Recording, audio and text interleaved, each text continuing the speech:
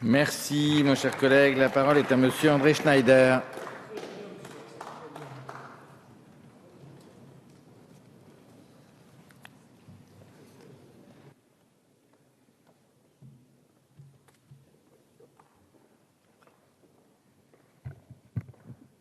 Monsieur le Président, Madame, Monsieur le Ministre, Messieurs les rapporteurs, chers collègues, l'examen des crédits de la mission Aide publique au développement est, pour notre Assemblée, l'occasion d'exprimer la volonté de notre pays de lutter contre la pauvreté, les inégalités, les changements climatiques. J'ai oublié de saluer la présidente de la commission dont je fais partie, Madame Guégou. Augmenter le financement de l'APD, c'est mettre en place dès aujourd'hui les fondements de la croissance de demain.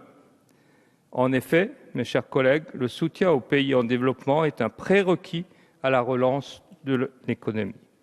Augmenter la croissance, stimuler la demande domestique et réduire les inégalités dans les pays pauvres, c'est leur donner un dynamisme capable de tirer vers le haut l'ensemble de l'économie mondiale. Les pays les moins avancés d'aujourd'hui seront, je l'espère, les économies développées de demain. Malheureusement, le budget alloué à cette mission ne nous permet pas d'espérer un développement équitable. Ce budget accuse en valeur une baisse de 2,9%, soit plus de 83 millions d'euros.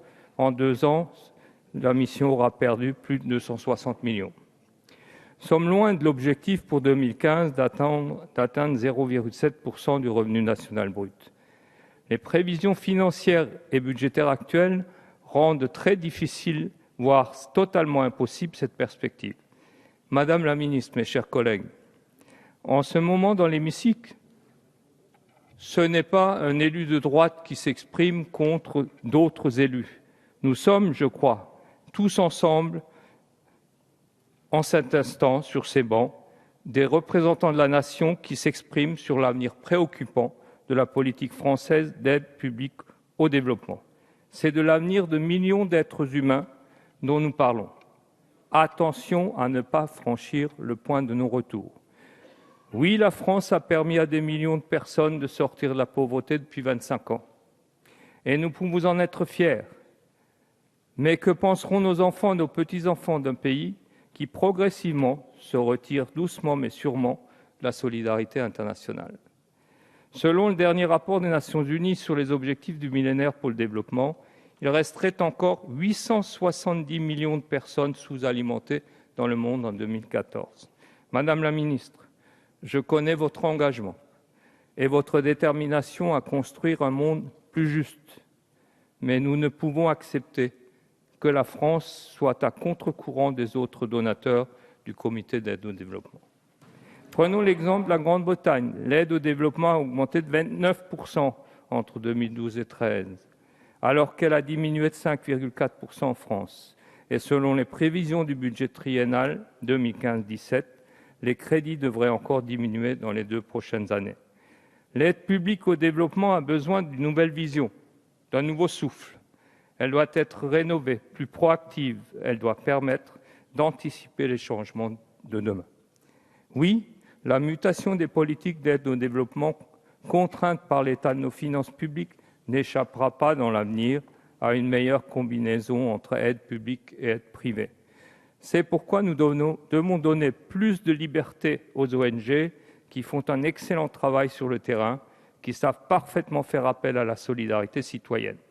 Nous devons nous appuyer sur les 10 propositions du rapport d'Emmanuel Faber, directeur général de Danone, et de Jane Naidoo, président du conseil d'administration de l'Alliance mondiale pour une meilleure nutrition, ancien ministre de Nelson Mandela. Ce rapport nous rappelle certaines thématiques prioritaires, la situation des femmes, le sous-emploi de la jeunesse africaine, l'agriculture familiale, l'accès à l'eau potable, et j'en passe.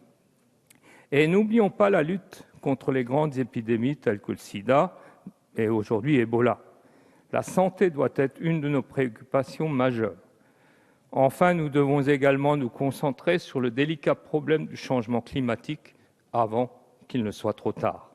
Alors que la 21e conférence des Nations Unies sur le changement climatique se tiendra au Bourget en 2015, la France respectera-t-elle les engagements qu'elle a pris à Copenhague en 2009 ? Madame la ministre, le monde attend beaucoup de la France. Notre nation se doit de continuer à réduire les inégalités, la pauvreté dans le monde. Et ce budget ne nous permet pas de le faire correctement. Pour toutes ces raisons, le groupe UMP ne votera pas ces crédits et j'invite tous les collègues qui, comme moi, ont une certaine idée de la France, de faire de même.